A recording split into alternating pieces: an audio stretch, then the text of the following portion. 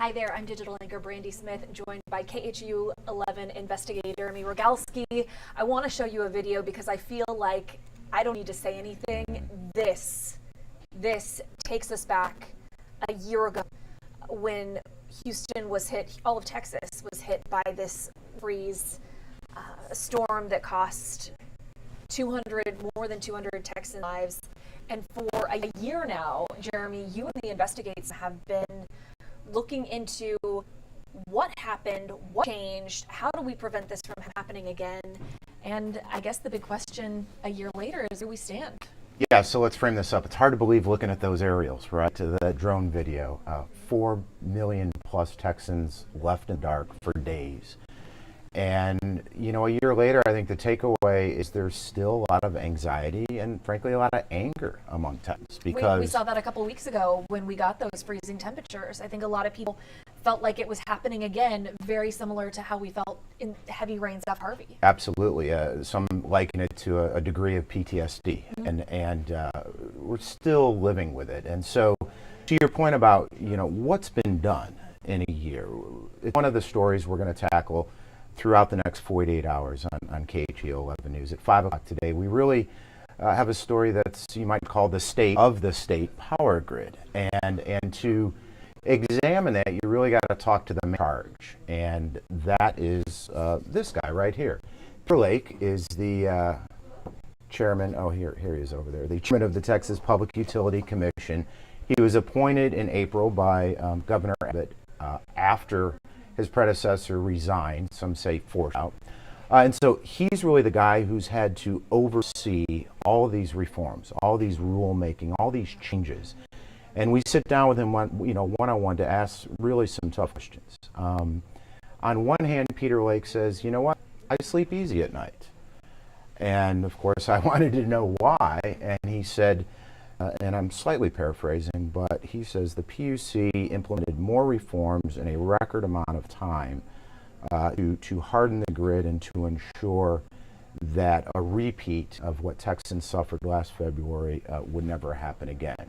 And he can get into, you know, some of the takeaways there. And we also, frankly, we grill this top utility regulator in Texas because there is some data out there that says there would not be enough power to go around. And that data actually is not from some outsider, but from ERCOT itself. There was an ERCOT report that laid out extreme risk scenarios that if they were to occur tomorrow or next week, there would be a megawatt deficit. Translation, there would be another case of rolling blackouts. So viewers can hear from him in full at 5 o'clock, and I know you're going to post more of your interview on our digital channels as well. But it took you almost a full year to get this sit down. Well, we did. Back in November, we had, throughout the summer really, we worked on our special that you can still find online on KHOU. It was called Energizing Texas. And at that point, we had asked, I can't even tell you, Brandi, how many times we called, texted, emailed, trying to get hold of PUC Chairman Peter Lake. And so this year, I'm like, hey, it's the 1-year anniversary. You know, how about a few minutes? And he was gracious with his time, I should say. We spent a half an hour together, and yes, we will have an extended sort of interview, which is really kind of neat because, you know, in the course of a newscast, you can only, you know, for the confines of timing, you can only get so much in. And so we let it breathe a little bit more, and folks at home could really some more of the behind the scenes goings on. So that's 5 o'clock. There's another piece coming up at 10. There is. So obviously you mentioned earlier there's officially 246 deaths as a result of the Arctic blast last February. Some estimates put that much higher. But that number's from the state of... Correct. That is the official confirmed from the state. This family right here, the lady right here, Ann Martin, and her husband Danny. Ann passed away. She was dependent upon an oxygen machine. And when the power went out, Danny had some backup air tanks. Her husband of 52 years. And like so many Texans, he thought, well, it's only going to be a couple hours. Because in his words, nobody told them otherwise. And if you think We were about told rolling blackouts. we were told at best rolling, and it wasn't rolling there because the grid lost so much capacity, there was nothing left to rotate. And so what this family thought was going to be a few hour event obviously turned into a few day event. Their driveway was iced up, the ambulance couldn't get to them. Long and short, Miss Martin passed away during the storm. And this family we are featuring tonight because they're one of at least 170 who have filed lawsuit, who have sued ERCOT, a transmission company such as CenterPoint in their area, or a retail electricity provider. And so, you know, a year later, talking about how slow the wheels of justice just kind of grind, they're nowhere close to their case ending. Because there are a lot of questions about how this plays out, right? Whether you can even sue some of the agencies. Precisely. The biggest question now facing the court is, can ERCOT even be sued? So, a little bit on procedure. You have all these lawsuits from all the state. They've since been consolidated into what's called a multi-district litigation, and the judge actually, they've landed in a Harris County.